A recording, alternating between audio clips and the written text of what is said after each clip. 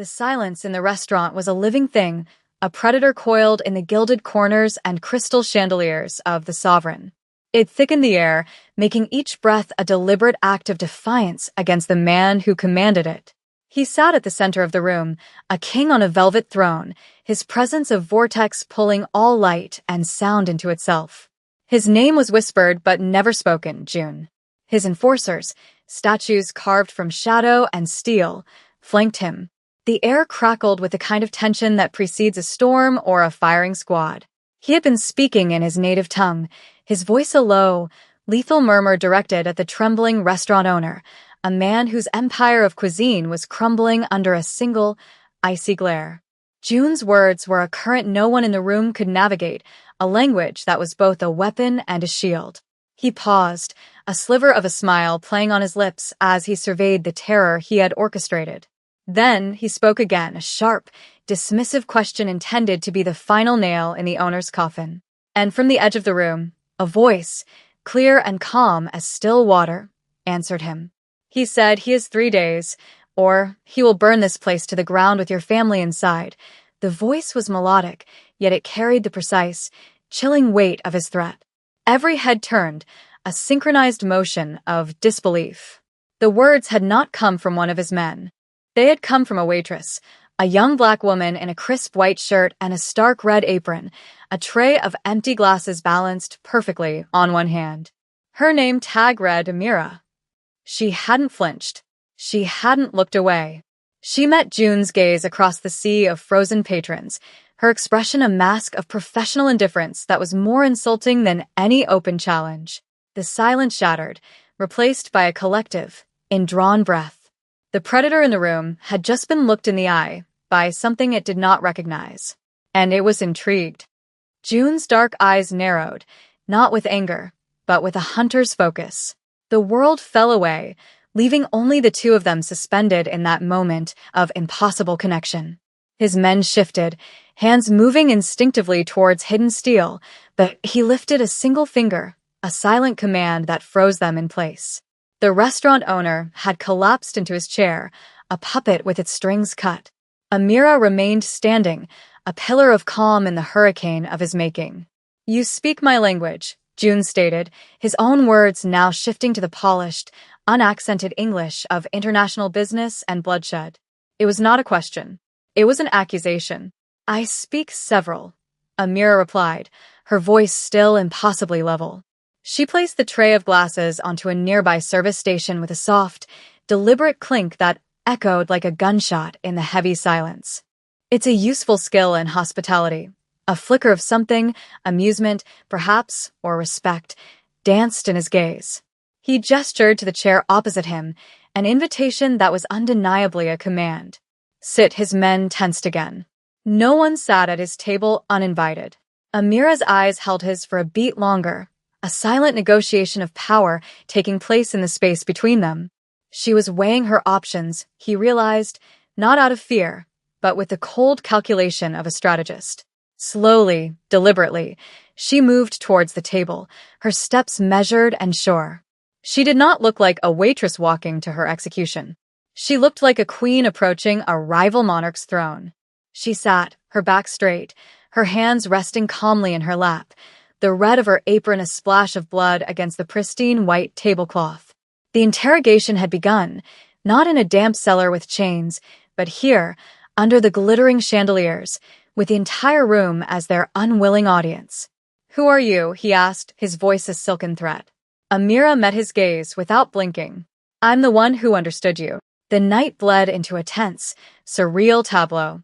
June dismissed everyone else with a flick of his wrist, emptying the grand dining room until only he, Amira, and his two most trusted guards, including his grim-faced Lieutenant Day, remained. The opulence of the room felt like a cage. Rain began to lash against the tall, panoramic windows, each drop a tiny fist beating against the glass, mirroring the frantic pulse Amira refused to let show. "Where did you learn it?" June pressed, leaning forward, the faint scent of expensive scotch and something metallic, like cold steel, drifting across the table. His posture was deceptively relaxed, but his eyes were dissecting her, searching for the tells of a liar, a spy, a ghost. My father was a diplomat, she said, the lie smooth and well-rehearsed, a worn stone in her mouth. We moved a lot. I picked things up. It was a plausible story, designed to be just interesting enough to satisfy curiosity without inviting deeper scrutiny. But June was not a man satisfied by surfaces. He was a man who excavated secrets for a living. His gaze flickered to her hands, noting the faint, silvery scars on her knuckles, the kind not earned by carrying trays. He saw the way she sat, perfectly balanced, her weight centered, ready to move in an instant. This was not a diplomat's daughter. This was a survivor. Suddenly, the world outside the windows erupted. The sharp crack of suppressed gunfire shattered the night, followed by the percussive pop of a window imploding somewhere in the lobby. Day and the other guard were instantly on their feet, weapons drawn, moving to flank June. Kaido, Day snarled, his eyes scanning the darkness outside. The attack was swift, professional, and utterly unexpected. Glass shattered nearby as a bullet punched through the reinforced pane, embedding itself in the wall behind June's head. In the split second of chaos, as June's men moved to shield him, Amira moved faster. She didn't cower. She didn't scream. She kicked the heavy mahogany table with impossible force, sending it crashing onto its side, creating a solid barrier. Down, she commanded, her voice cutting through the panic with the sharp edge of authority. She was already on the floor, pulling a small, wicked-looking knife from a hidden sheath on her ankle. June stared, momentarily stunned, not by the attack, but by her. The waitress was gone. In her place was a warrior. The ensuing firefight was a brutal, chaotic ballet of splintering wood and flying glass. Kaido's assassins were professionals, flooding the space with disciplined fire, pinning them behind the overturned table. June returned fire with a cold, terrifying efficiency, each shot a deliberate punctuation mark in the symphony of violence. Day was a bulwark of muscle and lead, laying down a suppressing barrage. But they were outnumbered, caught in a kill box. One of Kaido's men broke through a side door, his weapon swinging towards June's exposed flank. Before Day could pivot, Amira moved like smoke. She rose from her crouch, a blur of motion, the steak knife from the table setting now clutched in her hand. She didn't throw it.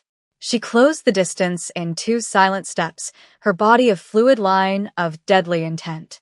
The knife went under the man's guard, a quick, brutal thrust to the throat. He gurgled, a look of profound surprise on his face, and collapsed without a sound. She was back behind the table before his body hit the floor, the bloody knife discarded, her eyes already scanning for the next threat. The fight was over in less than a minute, the surviving attackers melting back into the rain-swept night. Silence descended again, thick with the smell of cordite and blood. Day stared at Amira, his weapon still raised, his expression a mixture of shock and suspicion. June, however, was looking at her with an entirely new kind of intensity. The intrigue had burned away, replaced by the stark, undeniable fire of recognition. He saw the ghost in her eyes. A diplomat's daughter, he said, his voice a low, dangerous hum. He rose slowly, kicking a spent shell casing aside. He walked around the table and stopped in front of her, cornering her against the makeshift barricade. He was close enough that she could feel the heat radiating from his body. Try again. Amira finally let the mask of the waitress fall away completely. The weariness of a lifetime on the run settled into her features. My name is not Amira, she said, her voice raw. My name is Reina, and my father wasn't a diplomat. He was the head of the Serpent Syndicate in Chicago. The one your predecessor, Chairman Kong, wiped out 10 years ago. I was the only one who got out. The name hung in the air between them, a specter of a bygone war. The Serpent Syndicate. They had been legends, ghosts who controlled the city's arteries with silent, ruthless precision. June had only been a young captain under Chairman Kong when they were purged, a bloody, systematic erasure that had cemented Kang's power. And this woman, this girl, was its sole survivor. A princess of a fallen kingdom, hiding in plain sight as a waitress. You're a long way from home, princess, June murmured, the title both a mockery and a mark of respect. He saw it all now. The scars, the language, the lethal grace. It was the pedigree of a dynasty forged in violence. I'm not looking for a home, Reina corrected him, her chin lifting in defiance. I'm looking for what Kong stole from my family before he killed them. A ledger. It details his network, his offshore accounts, his political assets, the foundation of his entire empire. The one you inherited, his eyes hardened. That ledger was the bedrock of his organization, the source of his untouchable power. For her to know of it meant she was infinitely more dangerous than he had imagined. Day took a step forward. She's a threat. We should eliminate her. No, June said, his gaze locked on Reina. A slow, predatory smile touched his lips. She's an asset. He saw the path forward with sudden, startling clarity. Kaido's attack tonight was no coincidence. His rivals were circling, sensing a weakness they hadn't dared to before. Information was leaking. There was a traitor in his ranks. And this ghost from the past, this vengeful princess, might just be the key to finding them. You want her ledger, he stated. I want the rat in my house who gave Kaido my location tonight. We have a temporary alignment of interests. Reina's eyes narrowed. An alliance with the devil who inherited her family's blood-soaked throne. The irony was bitter. But he was right. Alone, she was a hunter with no resources. With him, she had access to the heart of the beast. What are your terms? She asked, her voice pure business. My terms are simple, June replied, leaning in closer, his voice dropping to an intimate whisper. You work with me. You live in my house, under my protection, until we find the traitor. You will be my shadow. And, in return, I will help you find what you're looking for. But understand this, Reina. You are a ghost in my world now. And ghosts do as they are told. The following days were a crucible. Reina was moved into June's penthouse, a sterile fortress of glass and chrome overlooking the city's glittering sprawl. It was a gilded cage, and June was its ever-present warden. They circled each other constantly, two predators forced into the same territory, the air thick with unspoken threats and a volatile, magnetic pull. They worked relentlessly, cross-referencing security logs, communication records, and financial transfers. Reina's mind was as sharp as the knives she favored, seeing patterns in the data that June's men had missed. She pointed out a discrepancy in the accounts managed by Min, June's quiet, unassuming logistics chief. A series of untraceable payments, small at first, but escalating, all coinciding with recent security breaches. It's him, Reina said, her finger tracing the digital trail on a tablet screen. Min has been with me for 15 years. June countered, his voice tight with disbelief. He was with Kong before me. Loyalty is all he has. Loyalty can be bought, she retorted, looking up at him. Or it can be a lie you've been told for so long you believe it's the truth. The betrayal was a poison seeping into the foundations of June's world. Min was more than an employee. He was a fixture, a piece of the architecture June had thought immutable. To accept Reina's logic was to accept that his judgment had been fatally flawed. He set a trap. A piece of false information about a major weapons shipment was leaked through a channel only Min had access to. They waited in a darkened warehouse on the industrial waterfront, the smell of rust and brine hanging in the cold air. Reina stood beside June in the shadows of a mezzanine, both of them clad in dark, tactical gear. She watched him, saw the muscle twitching in his jaw. This was personal. The bait was taken. Min arrived, but he wasn't alone. Kaido was with him, along with a dozen of his best men. It wasn't a meeting. It was an ambush. The trap had been turned on them. You were right. June breathed, his voice a low growl as the warehouse doors slammed shut, plunging them into near darkness before emergency lights flickered on, casting long, distorted shadows. I hate it when you're right, Reina gave him a grim smile, pulling a handgun from her holster. Get used to it. The warehouse erupted into a maelstrom of violence. Kaido's men swarmed from all sides, their weapons spitting fire in the dim, cavernous space. June and Reina were back to back, a whirlwind of deadly precision in the center of the storm. He fought with the brutal economy of a seasoned king, each movement designed for maximum lethality. She moved like a phantom, fluid and unpredictable, her smaller frame an advantage as she weaved through the chaos, her shots finding their marks with chilling accuracy. They didn't speak, communicating through the shared rhythm of combat, a deadly dance they both knew by heart. Reyna saw Min near the back, trying to slip away while his new master fought his war. Rage, cold and pure, flooded her. This was the face of betrayal, the kind that had orphaned her and set her on this path. She broke from June, sprinting across the floor, ignoring the bullets that zipped past her head. She tackled Min, sending them both crashing into a stack of wooden crates. He was stronger, but she was faster, more vicious. She drove an elbow into his face, stunning him, and got her knife to his throat. "Why?" she snarled, the blade pressing into his skin. Min's eyes were wide with terror and a strange, pathetic resignation. "He offered me a way out. A life away from this." He gestured wildly at the carnage. "June is a monster, just like Kong was." Just then, Kaido himself appeared, his own weapon leveled at Reyna's head. "Let him go, little ghost," June's voice cut through the noise. "Kaido." He stood 20 feet away, his gun aimed not at Kaido, but at a network of chains holding a massive cargo container suspended from the ceiling directly above Kaido and his remaining men. "Drop it. Or I drop this." Kaido hesitated, a snarl on his face. In that moment of indecision, Reyna made her choice. She didn't kill Min. She slammed the hilt of her knife against his temple, knocking him unconscious, then rolled away. "Now," she screamed at June. He fired. The chain snapped, and tons of steel plunged downwards with a deafening groan. Kaido and his men scattered, but not all of them were fast enough. The warehouse shook with the impact, and then silence. In the ringing aftermath, surrounded by smoke, dust, and the dead, they stood in the center of the wreckage. The immediate threat was gone, but the emotional fallout was just beginning to settle. Adrenaline gave way to a profound, shared exhaustion. Rain hammered on the tin roof of the warehouse, a relentless, mournful drumbeat. Reyna was tending to a deep gash on June's arm, her touch surprisingly gentle as she tied a makeshift bandage. His blood was dark on her hands. He watched her, his expression unreadable in the dim light.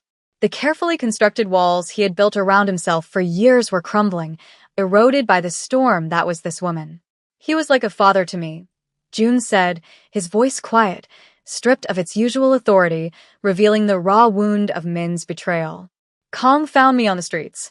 He gave me a purpose. Min taught me how to navigate this world, how to survive Kang's moods. I thought he was the one person I could trust." Reyna finished tying the knot and looked up, her eyes meeting his. She saw past the king, past the Mafia boss, and saw the orphaned boy he had been, a reflection of her own past. "Trust is a luxury people like us can't afford," she whispered, her own voice thick with memory. "The day my family died, it was my father's most trusted advisor who opened the gates for Kang's men. He smiled at me as they dragged my father into the street. A tear she hadn't realized she was holding back traced a clean path through the grime on her cheek." June reached up, his uninjured hand cupping her face, his thumb gently wiping the tear away. His touch was electric, a jolt of heat in the cold, damp air. The space between them vanished, charged with years of shared pain, loss, and a fierce, undeniable connection forged in blood and fire. He leaned in, and she met him halfway, a desperate, hungry kiss that was not about romance, but about recognition. It was a raw, bruising confession of two broken souls finding their missing piece in the heart of the wreckage. It was the eye of the storm, a moment of fragile peace before the final battle. The interrogation of Min yielded everything. Beaten and broken, he gave him Kaido's entire operational structure, his primary stronghold, and the details of a planned hostile takeover of the city's port authority, the final piece he needed to truly challenge June's reign. He also confirmed the location of Reyna's ledger. Kaido had been keeping it as a trophy, a symbol of his ambition to surpass the legends of the old world. It was all stored in a fortified penthouse suite atop the Eclipse Tower, a skyscraper that scraped the clouds, a modern-day fortress. This was their chance to end it all in one decisive strike. For the next 48 hours, they barely slept. They moved from June's penthouse to a discreet tactical base, a place of cold concrete and humming servers. Here, June was not a king, but a general, and Reyna was not his captive, but his chief strategist. She stood before a massive digital map of the Eclipse Tower, her mind seeing vulnerabilities where his men saw impenetrable defenses. His security is built for a frontal assault, she explained, pointing to a series of access points. He expects you to come through the lobby or the roof. He won't be watching the service levels or the window washing mechanics. Her plan was audacious, a multi-pronged infiltration that relied on precision, timing, and misdirection. Day and a small team would create a loud, visible diversion at the front entrance, drawing the bulk of Kaido's forces down. A second team would breach via the roof, but only as a secondary feint. The real attack, led by June and Reina themselves, would come from the side, ascending the building's exterior on a mechanical rig before blasting their way in just 2 floors below Kaido's penthouse. It's insane, Day admitted, studying the plans. Which is why it will work. June finished, a look of grim admiration on his face as he watched Reina. He saw the queen she was born to be, her intelligence a far more lethal weapon than any gun. He was no longer just using her, he was trusting her. The dynamic had shifted from warden and prisoner to partners, 2 sovereigns planning the reclamation of their kingdoms. Their hands brushed as they both reached for a printed schematic, and the brief contact was a silent promise, a current of shared purpose that was more intimate than their kiss in the warehouse. The storm was coming, and this time, they would be the ones to unleash it. The assault on the Eclipse Tower began under the cloak of a moonless, rain-lashed night. The city below was a galaxy of blurred lights as the maintenance rig ascended the sheer glass face of the building, the wind howling around them. Reina and June stood side by side, silent and focused, the fate of their world hanging on the next hour. The diversion began precisely on schedule. Distant explosions and the chatter of automatic gunfire echoed from the ground floor, a symphony of chaos conducted by Day. As planned, security feeds showed Kaido's forces converging on the lobby. Now, June commanded into his comms. A shaped charge blew a perfect circle out of the reinforced window, and they poured into the silent, empty office floor. The final ascent to the penthouse was a tense, bloody affair. They moved through stairwells and corridors, eliminating the skeleton crew Kaido had left behind with brutal efficiency. They were a seamless unit, anticipating each other's movements, covering each other's backs. They reached the penthouse doors just as Kaido, realizing the true nature of the attack, was trying to rally his personal guard. They didn't give him the chance. June kicked the doors in, and they entered the opulent suite in a storm of controlled violence. Kaido stood there, a look of pure fury on his face, a golden-plated pistol in his hand. But his fight was already lost. Reina's tactical brilliance had dismantled his defenses from the inside out. The ensuing fight was short and personal. While his men engaged the guards, June advanced on Kaido. It wasn't a firefight. It was an execution. 2 shots, precise and final.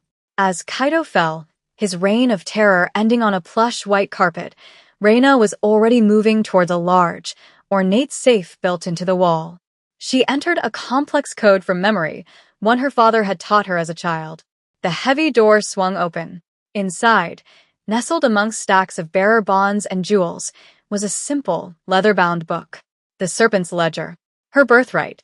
She took it, her hands trembling slightly. It was over. The ghost could finally rest. Or, perhaps, the queen could finally rise. 6 months later, the city had settled under its new, unified leadership. The underworld breathed with a different rhythm, one of disciplined power rather than chaotic ambition. The name whispered in the shadows was no longer just June's. It was theirs. The penthouse at the top of the Eclipse Tower, once Kaido's gaudy monument to hubris, had been stripped and remade. It was now a throne room of minimalist elegance, a place of dark wood, black leather, and sprawling views of the kingdom they now commanded. June stood by the vast window, looking down at the city lights, a glass of scotch in his hand. He heard her approach, the soft sound of her bare feet on the polished floor. Reina, she used her real name now, came to stand beside him. She was no longer wearing a waitress's apron or tactical gear. She was in a simple, elegant black dress that spoke of power and grace. She had taken the ledger and, instead of disappearing, had used its secrets to help June consolidate his power, purging the rot within his organization and forging new, unbreakable alliances. She had rebuilt her father's empire not on its old foundations, but as a pillar supporting a new one.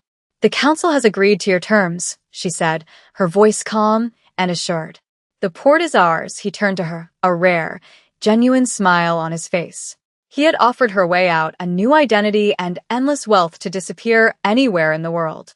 She had refused. "I'm not a ghost anymore," she had told him, "and I'm done running." He gestured towards the large, throne-like chair that sat in the center of the room, his traditional seat of power. "I believe you have a meeting to preside over." Reina looked at the chair, then back at him.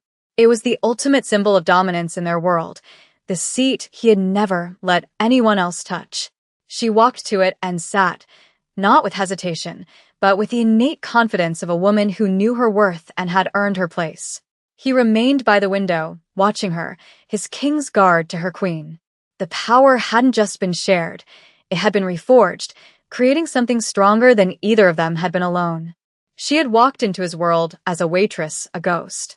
Now she ruled it. Who do you think truly holds the power in a partnership like theirs? The one who built the throne, or the one who proved worthy of sitting in it? Let us know your thoughts in the comments below.